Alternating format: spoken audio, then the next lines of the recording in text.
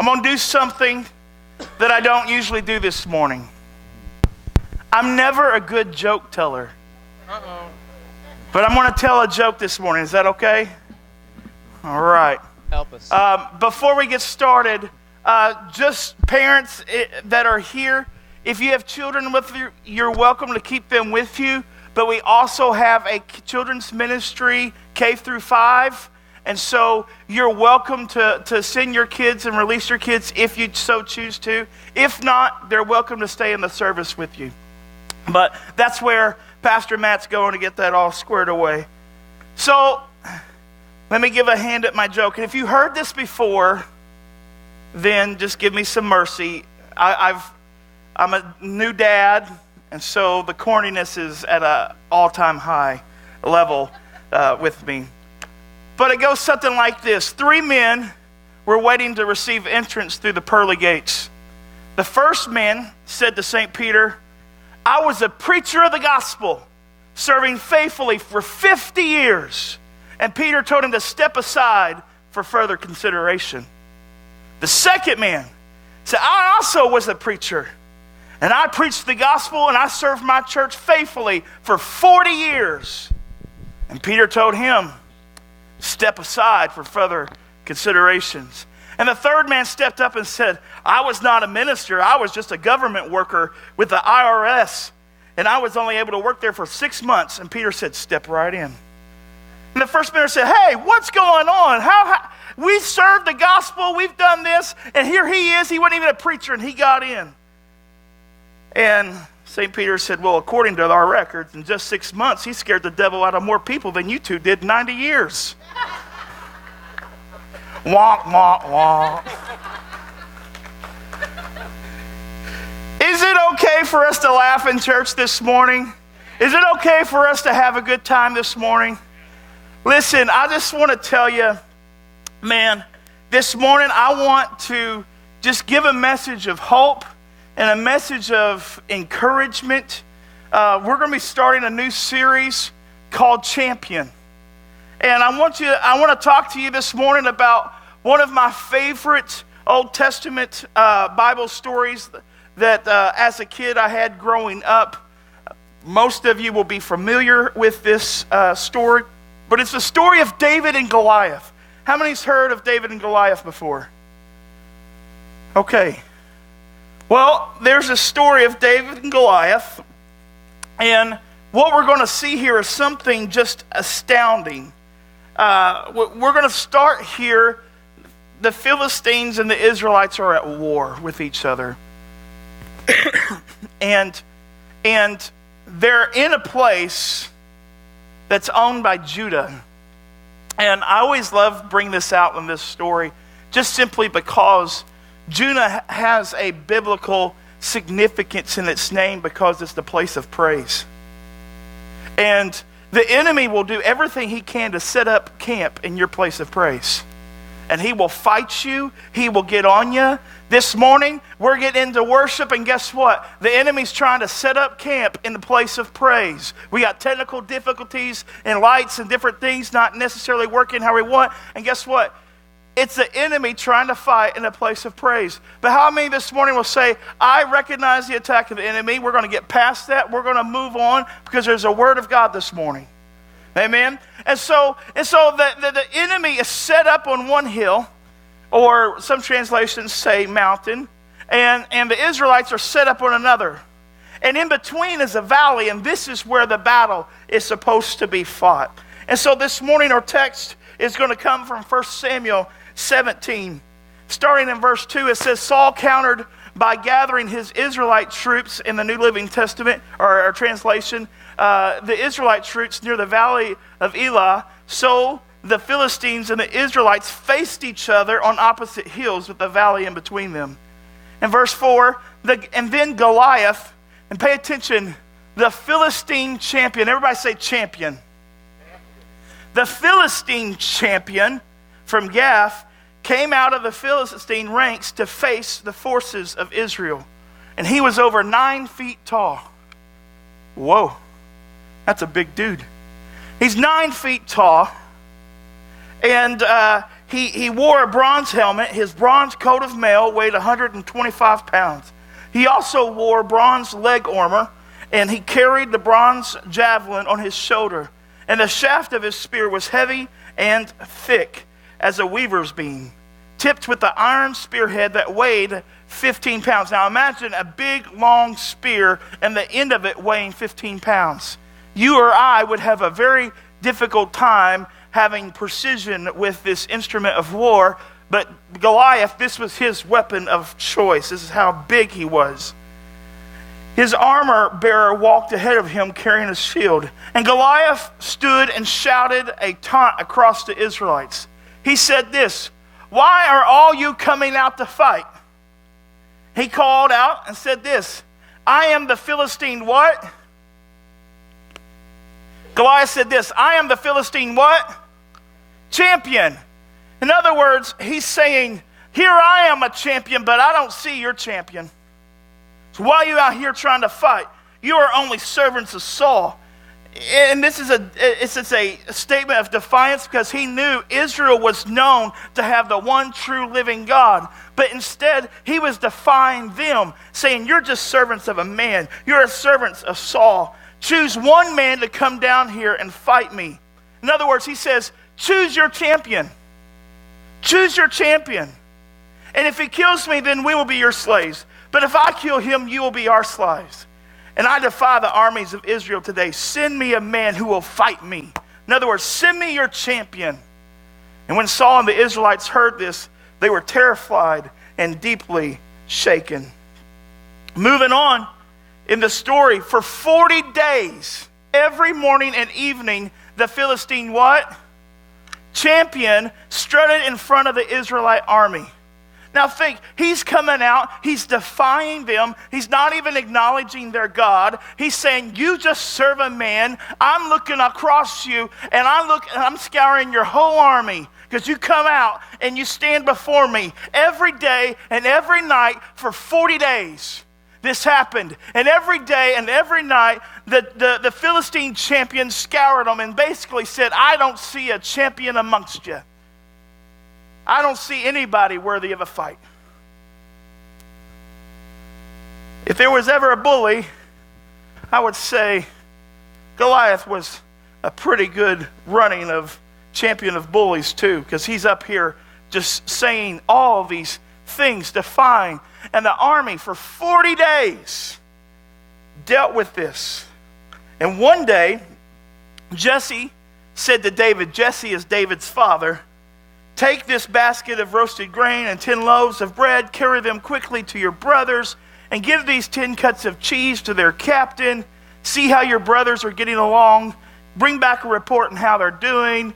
And David's brothers were with Saul and Israelite army at the valley of Elah, fighting the Philistines. In other words, David was at home. He was the youngest of 8 brothers, and he was not ready for the battlefield. So he was out in a pasture somewhere taking care of sheep, but he was running errands for his father. In other words, go check on your brother, see how they're doing. Let me know. Give me a report of how the war is going. So David, in verse 20, left his sheep with another shepherd and set out early the next morning, and as Jesse had directed him. And David arrived at the camp just as the Israelite army was leaving for the battlefield with shouts and battle cries. Now listen, this is something that's incredible to me. For 40 days and 40 nights, they had went out and had heard the other army's champion shout across, where's your champion? And every time he come out, they cower and fight. But every day they got up to go to the battlefield and they gave a battle cry. After 40 days of being beat down and intimidated, it'd be kind of puny, I would think. And so David, here he is, he's coming up, he's hearing this, and he's getting ready to hear what the Israelite army had been experiencing the last 40 days. And so in verse 21, soon the Israelite and Philistine forces stood facing each other again. Remember, one's on one mountainside, the other's on the other mountainside. They're yelling against each other, what's going on? And we hear Goliath, degrading the army. and just saying, "Who are you? You're nothing." And then verse 22, David left his things with the supplies, hurried out to the with the supply keeper, hurried out to the ranks to greet his brother. And as he was talking to them, Goliath the Philistine, here comes the champion. He comes out again, and David heard him shout his usual taunt to the army of Israel. And as soon as the Israelite army saw him, they began to run away. Again, this was a pattern. Every time the giant let out a shout and said, "Hey, who do you think you are?" Remember, they left camp until they left camp shouting. And then when they got to the place of battle, here comes the giant, the opposing giant coming against them. And all of a sudden, they see the enemy. And the first time they see the enemy, they run. The second time they saw the enemy, they run. For 40 days, they have completed this ritual, getting up ready to shout, go to the battlefield. But as soon as they are confronted with conflict, they run. Some army, some testimony of who their God is, right? Who's the champion? Who's the champion? He comes out each day to defy Israel. The king has offered a huge reward in verse 24 and 25. The king has offered a huge reward to anyone who kills him. It got so desperate that nobody would fight for honor for Israel. So now the king, Saul, is offering rewards to who's going to take up a fight with this giant.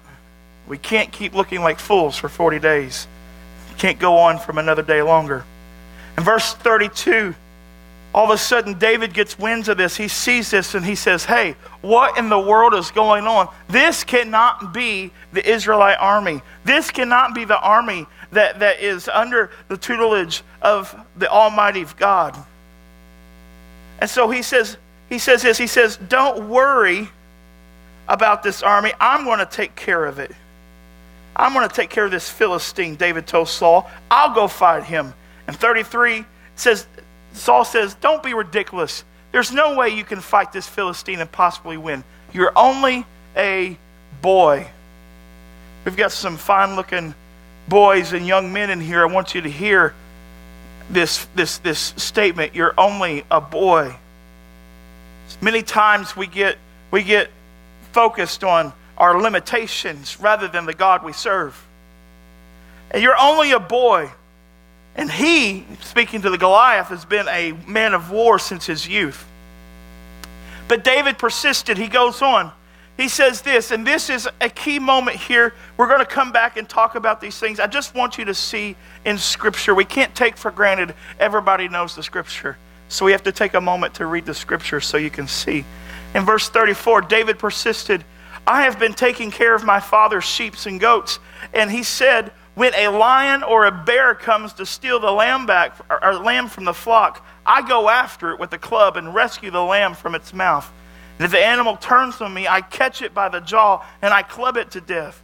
I have done this to both lions and bears, and I do it with this pagan Philistine too, for he has defied the armies of the living God. The Lord who rescued me from the claws of the lion and the bear will rescue me from the Philistine." Finally, Saul consented and says, "Okay, go ahead, go fight. May the Lord be with you." And we see this. Saul tried to put his own armor on David because Saul was trying to say, "This hasn't done me any good. Maybe it'll do you because I'm not willing to get out there." And David says, "Nuh-uh. You don't understand. This doesn't fit me. This isn't who I am. I got to stay true to who I am." And so we see this, and we're going to pick up in verse 40. David picked up 5 smooth stones from the stream and put them into the shepherd's bag. Then, armed with his shepherd's staff and a sling, he started across the valley for the fight with the Philistines. Goliath walked out towards David with a shield bearer ahead of him, sneering in contempt at this ruddy-faced boy. "Am I a dog," he roared at David, "that you come to me with a stick?" In other words, "Hey, listen, I've got this weapon of war and you've just got a stick."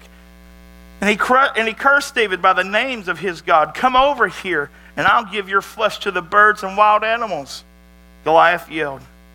And David replied, one of the most famous responses to anything we've ever heard. He says, you come to me with a sword, a spear, a javelin, but I come to you in the name of the Lord, the heaven's armies, and the God of the armies of Israel, whom you have defied. Today the Lord will conquer you, and I would kill you and cut off your head.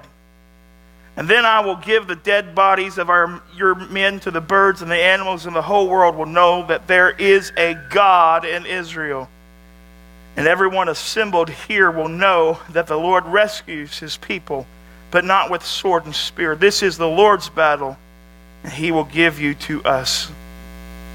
And the last part of this story here we see in verse 48, as Goliath moved closer, here they are, they're running on the battlefield. David ran out to meet him, reaching into his shepherd's bag. In between steps, I see this. He's running, he takes it, and he hurls the stone. And with the sling, and it hit the Philistine in the forehead. The stone sank in, Goliath stumbled and fell face down on the ground. And so David triumphed over the Philistine with only a sling and the stone, for he had no sword. Then David ran over and pulled Goliath's sword from his sheath, and he used it to kill him and cut off his head. And when the Philistines saw that their champion was dead, they turned and ran. This morning I've got just 3 points I want to share with you, but I want you to see this. The very first thing that we see is this with David. How did David have a victory against this Philistine champion? This whole time, this Philistine was looking across the armies of Israel saying, hey, I'm a champion. You can see why I'm a champion, but I'm looking at you and I don't see anybody that's worthy of being called a champion. This went on for 40 days. This went on for a long time, and it would have continued to go on until David had arrived on the battlefield. What was different about David? What was different about David? The first thing that we learn about David is David had a heart for God. David had a heart for God.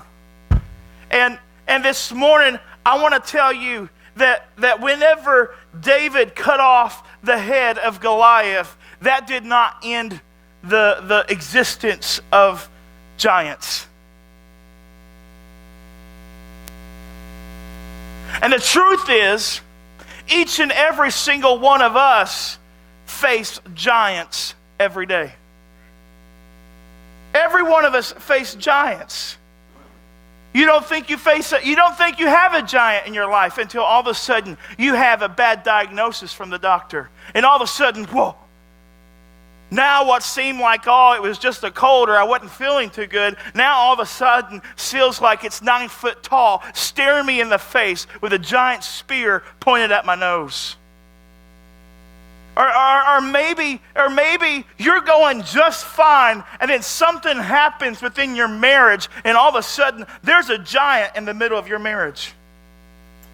And you're going, whoa, this thing's a lot bigger than I thought it was. I mean, I knew that maybe we had communication problems, or I knew that maybe we were just going through a rough patch, but man, this thing seems like it's unbeatable. It's like the odds are stacked against us. Or maybe something happens with your kids. Or maybe it's with your job. Or maybe it's in your finances. Or maybe it's just in your family. But I can tell you, each one of us face giants almost every day. There's circumstances and situations that pop up out of nowhere that all of us just go, whoa. Am I alone? Has anybody ever felt that before? You're just going through life. You're just trying to make it. And then all of a sudden something pops up and you're like, whoa. How could something so big come out of nowhere? It caught me off guard. Poor Kippy, that tooth came out of nowhere. Whoa, right? Girl, I'm so glad you're here. But I want to tell you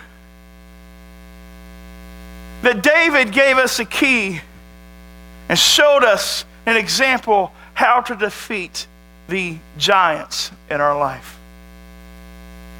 There was not a champion in the Israelite army until David stepped on the battlefield. And I want to tell you this morning, we have a champion too. So the first thing that we see is this, that David had a genuine heart and a genuine relationship with God. We see this in 1 Samuel 16 and verse 7. Whenever David is getting ready to be anointed, we see this. It says, but the Lord said to Samuel, do not look at his appearance or his physical stature, because I have refused him. For the Lord does not see as man sees. For man looks at outward appearance, but the Lord looks at the heart. And listen, we all fall subject to this. We look at this and, Goliath's looking around and he says, I don't see a champion amongst any of you. And sometimes we look around at ourselves and say, I don't either. I don't see a champion. I don't see how I'm going to overcome this circumstance. I don't see how we're going to overcome what's happened in our life. I don't know how we're going to make it. Am I the only one that's ever had a moment where I'm saying, wow, I don't know how I'm going to make this? Is the pastor being too real this morning and saying sometimes doubt comes in and I look on the outside sometimes saying, I don't know how we're going to make this. But we don't see how God sees, because God says, I don't look at the outside, I look at the heart.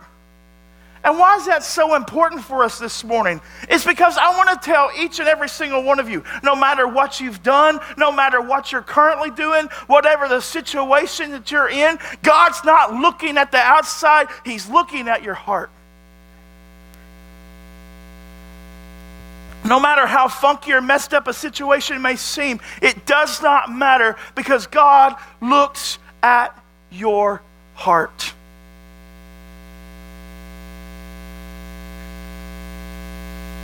And we see this as David was anointed the next king.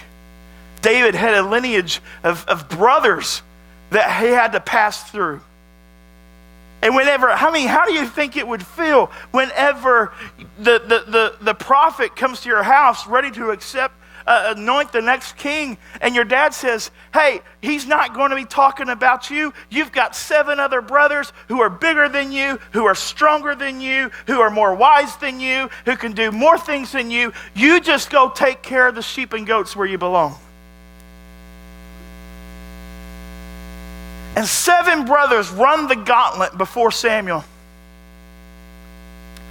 And God's speaking, because He knows he's at the right house. God sent him to the right house. Said, one of these brothers is going to be king, the next king.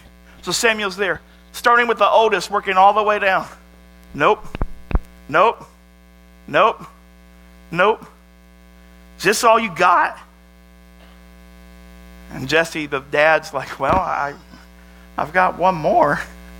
I mean, you ever played a pickup game and you're the last one picked?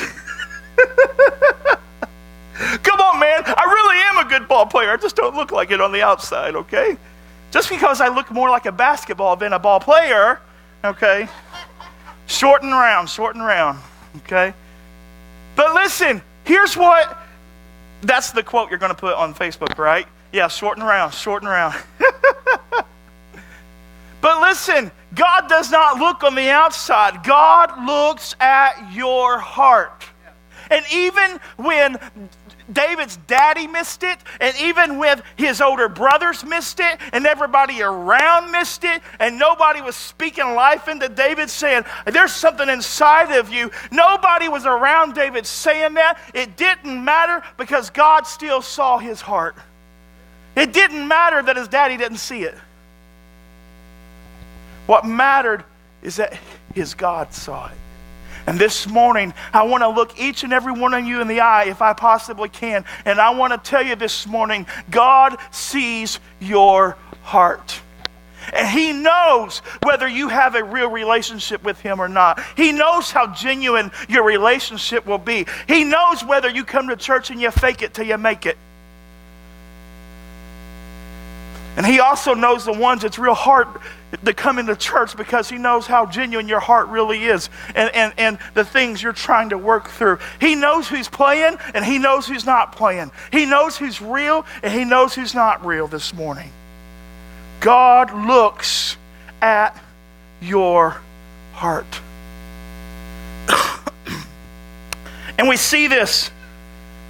And we move on a few more verses in 1 Samuel 16 and 13. It says David finally came, and all of a sudden, man, this is the one. This is the one God had anointed. 1 Samuel 16 and 13, and Samuel took the horn of oil, anointed him in the midst of his brothers, and the Spirit of the Lord came upon David from that day forward. And Samuel arose and went to Ramah. Listen, he knows your heart. And he saw the genuineness of David's heart. And so David got this promise: I will not leave you. I will not forsake you. It said the Spirit of the Lord came upon David and never left him. And those that are familiar with the Bible, guess what? David was so real and so genuine and had such a relationship that even later, when David was king and he messed up and he made some mistakes, and boy, let me tell you, David messed up and made some mistakes. When it was go time in front of the Lord, he says this: you can take the kingdom, you can take everything, but do not take your spirit from me. David recognized the relationship that he had with the Father, showing the genuineness. And what qualified David to step on that battlefield was his heart. How are you going to face the giants in your life? How are you going to face this big obstacle that came out of nowhere? How in the world? The first place we ought to look is our hearts. Do we truly have genuine, real relationship with Jesus? Do we have a relationship with the King of Kings, with the champion over all? Do we have a relationship with him? Are we real about getting our lives right and being before the Lord? Or are we just stuck in the motions of coming to church and looking like it? First thing we ought to look about facing the giants in our life is our heart. And because of this, we know this, because of David's relationship with Jesus, or his relationship with God, his relationship with God, because of this, and his spirit did not leave David, we know this. Number two, David did not go to battle alone. When David stepped on the battlefield, he did not step on the battlefield alone. Remember, the Spirit of the Lord God was with him as soon as he was anointed. And we see this. David knew he was not alone because of his relationship with God and his past experiences, that God would deliver him again. You remember David testifying of the lion that God delivered him from and the bear God had delivered him from. Some of us need to start remembering the things that God had already done in our life.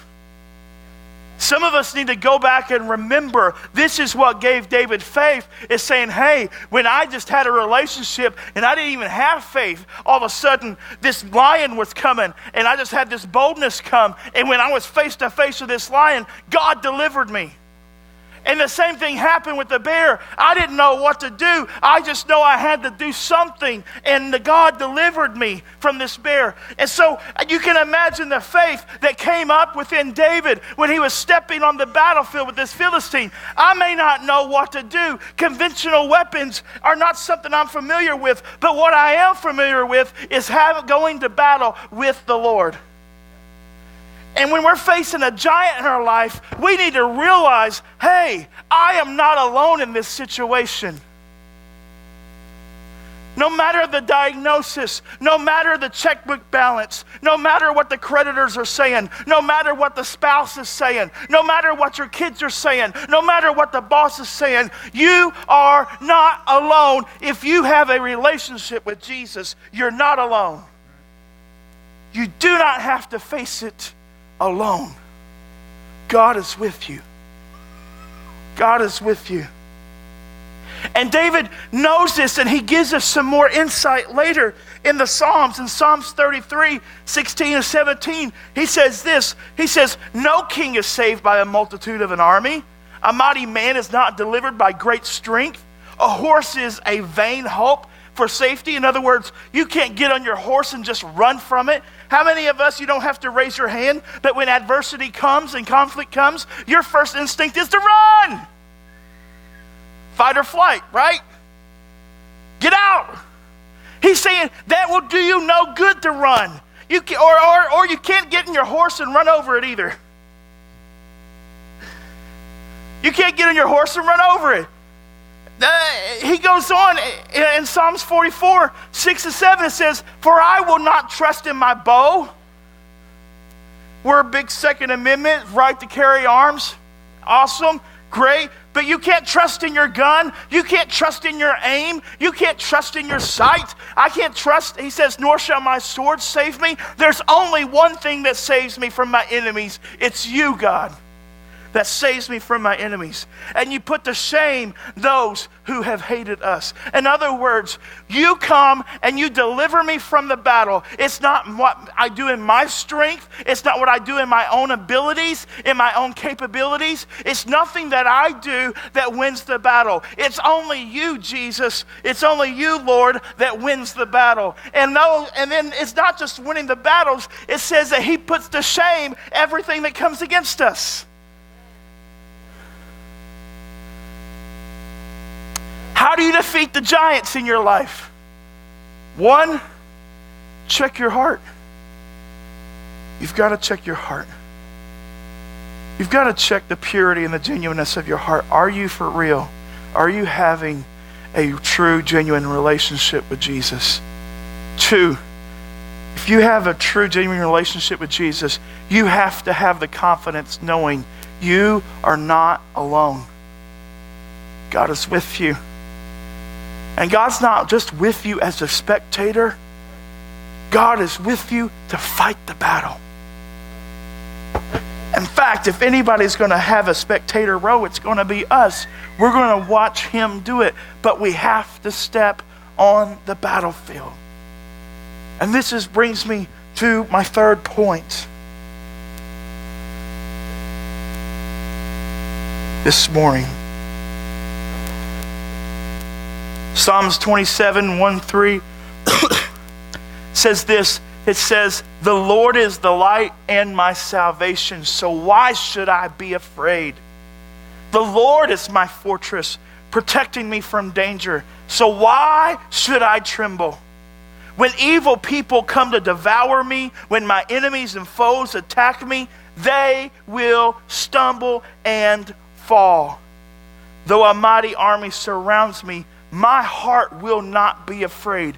Even if I'm attacked, I will remain confident. Why? Because it's the Lord who fights the battle. But what do we have to do? Number 3, and I'm getting ready to close soon, is this. David took the shot. David took the shot. I am convinced if David didn't have the physical capabilities to throw or sling that stone 10 feet, that God would have sent an angel to where that stone was beginning to die, and that angel would have came in and took that stone and threw it right into that giant's forehead. Why? Because God didn't need David to be perfect. He didn't even need David to be good. He just needed David to take the shot. Take the shot. I love it. We're in upward basketball. And I love it. It doesn't matter the age group. It can be the preschoolers and kindergartners, or it could be all the way up to the 8th graders. Every time a kid gets the ball on their side of the court and they're within 10 feet of the basket, you hear this one word echoed throughout the entire gym. Any guesses what it is? Shoot! shoot. And then the kid's doing this because they don't know, depending on the age group. They don't know. But we're all encouraging them what? Shoot. Take the shot. Because you're only 100% guaranteed to miss one kind of shot. It's the one you don't take. That's right. So when we're parents and we see our kids and our kids have the ball, I never hear somebody's parent yell, pass, pass. I never see anybody's parent go, pass the ball, don't shoot. I've seen you shoot, don't shoot, pass the ball. It doesn't matter how bad a shot your kids are. Some of you may go shoot and then kind of like this, look through the fingers. But every single one of us see our kids, see our babies there, and we go, shoot, take the shot.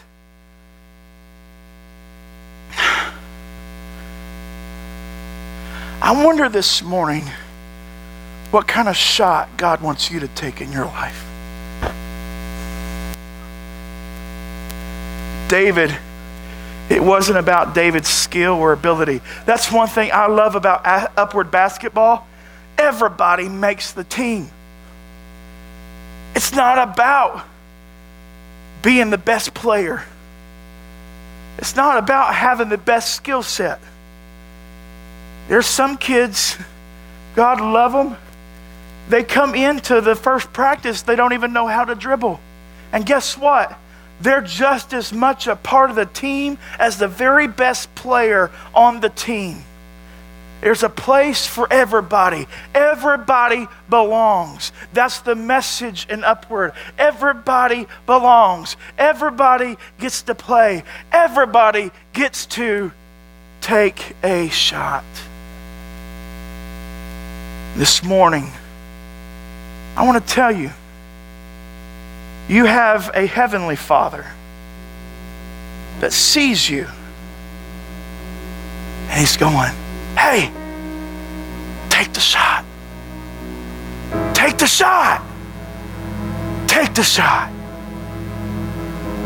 What's that look like for us? Well, with David, he picked up the stones. He said, you come to me with the sword and spear, I come to you in the name of the Lord. And David took the shot. You see, David acted and lived out his faith. He took the shot. There are many who say they believe, but they do not act or live out their faith. I would dare to say, knowing the generation that we live and the statistics that are in the generation that we live, there are many that would say, if I say, do you believe in Jesus? Yep, I believe. Are you living it? Are you acting it out? Does your faith dominate your life? David served the same God that the Israelite army did.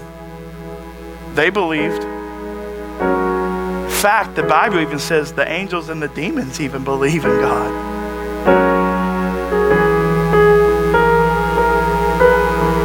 But are we acting out our faith? Are we living our faith? David acted out and lived his faith, and he took the shot. Taking the shot looks different for all of us. Some of us, maybe it's standing firm and trusting in the Lord. Maybe you have that relationship, that genuine relationship with Jesus. And maybe you know God's with you in whatever you're facing. But maybe your shot means this: stand firm in the faith. believe in the healing, believe in the provision, believe that God is who He said He is, and through Him, you are who He says you are. Maybe it's just you're taking the shot, it's you standing firm in your faith. Even living in a culture like this that is so driven by emotion and driven by circumstances, maybe your shot is to stand firm like a tree planted by the water, saying, I will not be moved because I know who my God is. This is my shot. I'm standing firm. I will not bow down to the idols of this world. I will not bow down to the things and cave in and trip over sin and carry the cares of this world. I'm not going to do that. I am going to stand firm. Maybe you have that faith. You know God is with you. Maybe your shot is just standing firm. Maybe some of us, God's calling you to have that relationship with Him. Or maybe you've had a relationship with the Lord, and maybe God's telling you to take action for yourself. Maybe your stand is about truly living your faith out. And no more playing, no more pretending, actually having genuine faith. You know, maybe the type of faith that would cause you to get out of that relationship you're not supposed to be in. I don't know why that's so heavy in my heart. I feel like somebody here needs to know that, hey, God sees your heart. Get out of the relationship you're not supposed to be in. Step over this hazard of sin.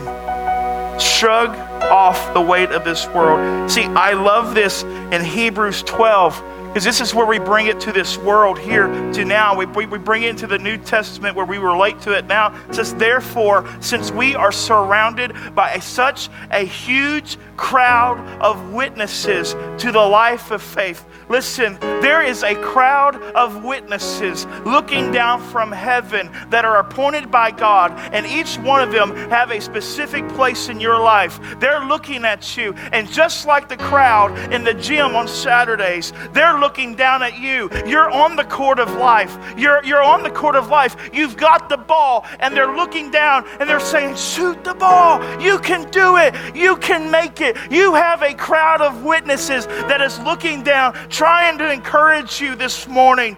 And he says this, let's strip off every weight that slows us down. In other words, let's get the cares of this world off. Let's get the worries that take our eyes off of Jesus. Let's take those things off, especially the sin that so easily trips us up.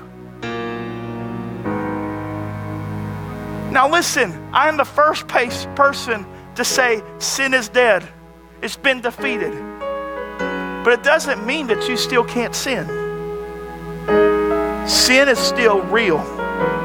Jesus paid the price for sin. But it doesn't mean it doesn't still trip you up and mess you up. You ever seen a ball player going full force?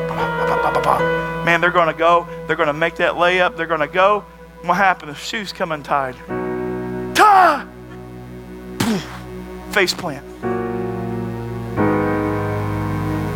I'm not minimalizing sin, but I want to tell you this. If you don't mind your shoes and make sure the laces are tight, they'll trip you up. You can't just slip your shoes on and off and never untie the laces. When you're a ball player, you know you got to have tight shoes. It's got to protect your ankles, that they don't slip off. While you take the time to tie your shoes as a ball player, there's times you have to take time to mend your life and get the sin out of your life.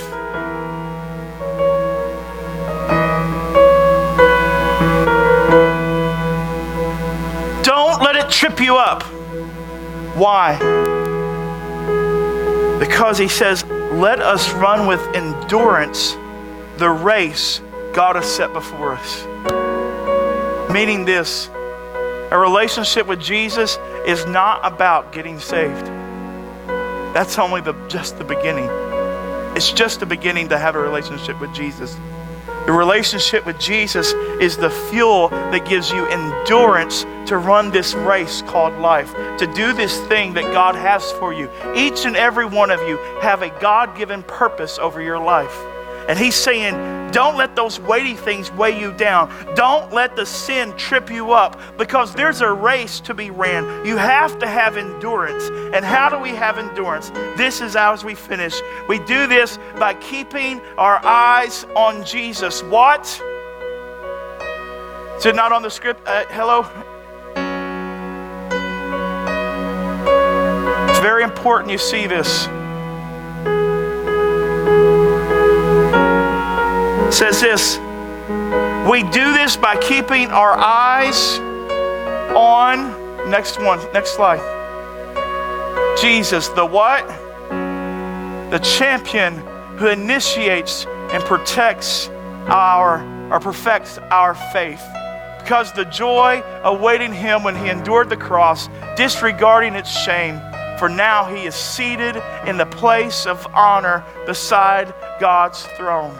Wow, what's this mean? It means we have endurance when we keep our eyes on Jesus, the champion, the one who initiates and perfects our faith. Some translation says the author and finisher of our faith.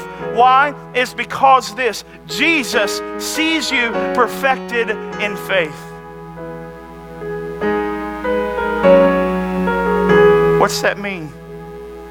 He sees you with the victory already being won. No matter the giant in your life, I want to tell you, with Jesus, the victory's won. The victory's been won.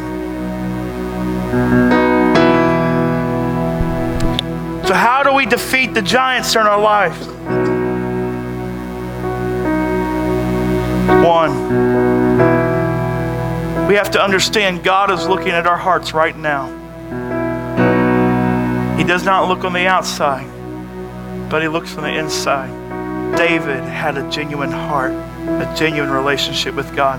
Two, once you have this relationship with God, he promises you are not alone. He will never leave you, never forsake you. David did not go to battle alone. And number three, what is God asking you to do today? Shrug off the cares of this world. Let go of sin and set your eyes on Jesus. Take the shot. David took the shot. Would you stand with me? We hope you enjoyed today's message.